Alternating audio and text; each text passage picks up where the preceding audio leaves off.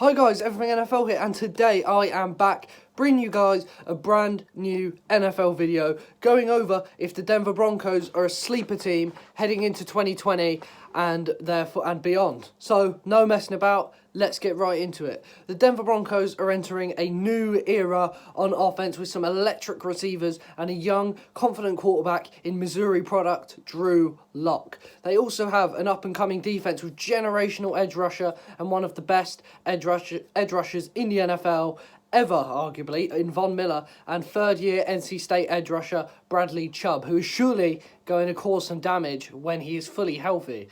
Also, a dynamic running back duo to take the load off of Drew Lock, which we will be going over in this video. Now let's get into how they would do with all these options available on both sides of the ball. Let's start on the offensive side of the ball. At quarterback, they have second-year Mizzou signal caller Drew Lock, who played 5 games and posted some good stats for someone who only played 5 games in 2019. He threw for 1,020 yards, 7 touchdowns, and 3 interceptions, which is really good for a rookie who's stepping in with 5 games left in the season, after Joe Flacco and Brandon Allen played most of the season with some bad play, even though Drew Lock was injured for a big portion of the season as well. He showed off his incredible strength and vision, and how far he can, his arm strength is just unreal. How he can get it, loft it into certain places off his back foot is unreal, and I think that's something that you're definitely going to have to watch out for the Denver Broncos going forward.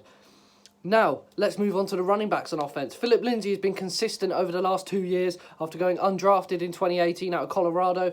Lindsay compiled 1,011 yards and 7 touchdowns in 2019, which was great for a team that had inconsistent QB play for most of the season and also a very questionable offensive line for most of the season, which obviously isn't going to help your running backs if your offensive line isn't too good. Next up is Melvin Gordon, who signed a 2-year, $16 million deal in free agency after leaving the Los Angeles Chargers in the 2019 season. He held out for a contract with the Chargers until halfway through the 2019 season, where he returned with a decent run of 612 rushing yards and 8 touchdowns. He should bring the same production to Denver. They have a top 10 receiver in the NFL in Courtland Sutton, who had a phenomenal season in 2019 and was a fantastic player on an average Broncos team. He had 72 receptions, 1,112 receiving yards, and 6 touchdowns, which is amazing for a wide receiver. He's your true wide receiver 1, and now we are getting into the big ones, the big picks from the 2020 NFL draft, which the Denver Broncos will surely have on their team as a big piece going forward. Now, let's talk about the 2 rookie additions. With the 15th pick in the 2020 NFL draft, the Denver Broncos selected Jerry Jeudy, wide receiver out of Alabama. In 2019, Jeudy had 77 receptions, 1,163 receiving yards, and 10 touchdowns, which helped the Crimson Tide become a standout college team over the last 3 or 4 years, which he has been there. I think Jeudy was my number 2 wide receiver on the board, but it could easily have been my number 1. I just rated CeeDee Lamb a little bit higher. But Jerry Jeudy nonetheless is great. He's a fantastic route runner. He could easily play in the slot and just be a beast in the slot for the Broncos. But who knows what's going to happen now with Jerry Jeudy and how Vic Fangio will fit him into the system. Next up, they added KJ Kamla, a wide receiver out of Penn State. He was selected 46th overall and will be the perfect third receiver and complement to Courtland Sutton and Jerry Jeudy. In 2019, he put up good numbers. He had 56 receptions for 904 yards and 8 touchdowns, which is great for someone who was taken in the second round. And he was only in college for 2 years, so he's young, he's raw, but he's going to learn a lot. KJ Kamla, at one point before I started my whole YouTube channel, I had him mocked possibly going in the first round to the Green Bay Packers, but he eventually fell to the second round in 46th overall, where the Denver Broncos took him, and I think he's a fantastic. So they needed wide receivers, so that's what they did with their first 2 picks, their first and second round picks. They went out and got some weapons for Drew Lock, and that is exactly what they needed to do, and in my opinion, they've done the right thing.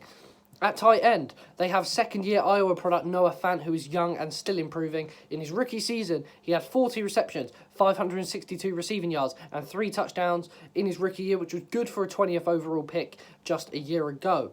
And also in the draft this year, they added a new tight end in the draft in the fourth round when they selected Albert Okwuegbunam out of Missouri, who will be an ideal complement and partner of Noah Fant. Okwuegbunam is a great red zone threat, for Denver, and as at Mizzou, he had 26 receptions for 306 yards and 6 touchdowns.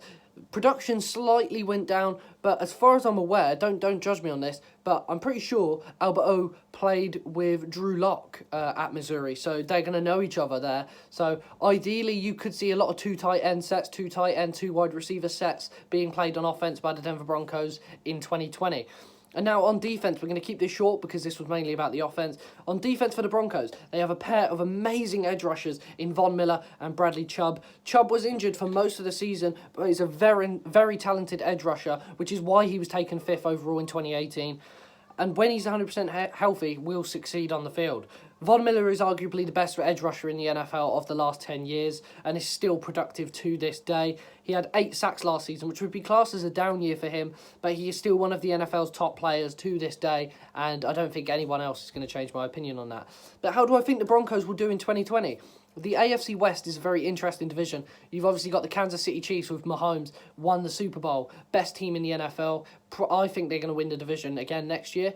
Then you've got the Los Angeles Chargers, rookie quarterback Justin Herbert. The defense is absolutely loaded. They're ready to go. And the offense is also now looking good with fantastic options like Hunter Henry, Keenan Allen, Mike Williams, Austin Eckler at running back. And the offensive line is great with likes of Brian Bulaga and Trey Turner, etc., etc. So the Chargers are going to be a good team to beat. But the Denver Broncos, like I've just gone over in this video, have got Locke, Drew Lock, Noah Fant, Albert Okwuegbunam, Cortland Sutton, Jerry Jeudy, KJ Hamler, even Deshaun Hamilton, Phillip Lindsay, Melvin Gordon. The list goes on. The Denver Broncos have got fantastic offense, and on the defense, like I said, with Von Miller and Bradley Chubb, it is fantastic for them. But the Raiders, I think, have the worst roster in the division behind the Broncos, Chargers and the Chiefs. So I think the Broncos could finish 3rd in this division, but who knows? The Chargers and the Broncos could both be wildcard teams, but the Broncos are a very young team and improving, so don't put your bets on them this year, because I reckon by 2021 or 2022, the Broncos could be a top team in the AFC. And that's it for today's video, guys. Thank you guys so much for watching. Thank you guys for the support on yesterday's video as well. Currently standing at over 50 views. Fantastic. Don't forget to like and subscribe, and also turn on notifications so you never miss a video to this channel, and I'll be back probably in 2 days' time with a brand new video. I'm going to take tomorrow off and brainstorm some ideas and get some videos ready and prepared for you guys on this channel. So yeah, I'll be back in 2 days' time with a new video. See you later, guys.